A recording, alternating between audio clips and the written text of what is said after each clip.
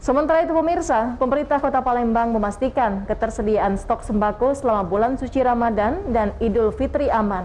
Kebutuhan pokok masyarakat ini akan disalurkan lewat operasi pasar. Pemerintah Kota Palembang memastikan ketersediaan stok sembako menjelang ibadah bulan suci Ramadan dan Idul Fitri aman.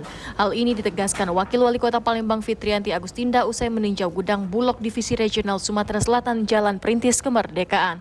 Masyarakat pun diminta untuk tidak melakukan penimbunan atau panik buying, baik minyak goreng maupun sembako lainnya. Sejauh ini, Pemkot Palembang dan Perum Bulog rutin menggelar operasi pasar di berbagai pasar tradisional untuk memenuhi kebutuhan pangan dengan harga terjangkau.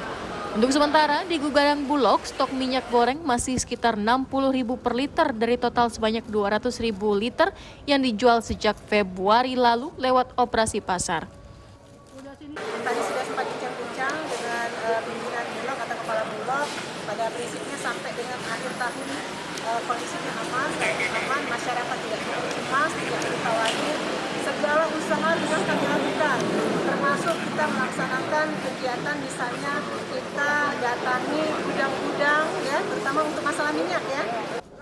Bulog memastikan stok beras sebanyak 20.000 ton cukup untuk 6 bulan ke depan dan akan terus ditambah. Pihaknya juga akan menyediakan daging baku sebanyak 400 ton sebagai alternatif untuk kebutuhan daging.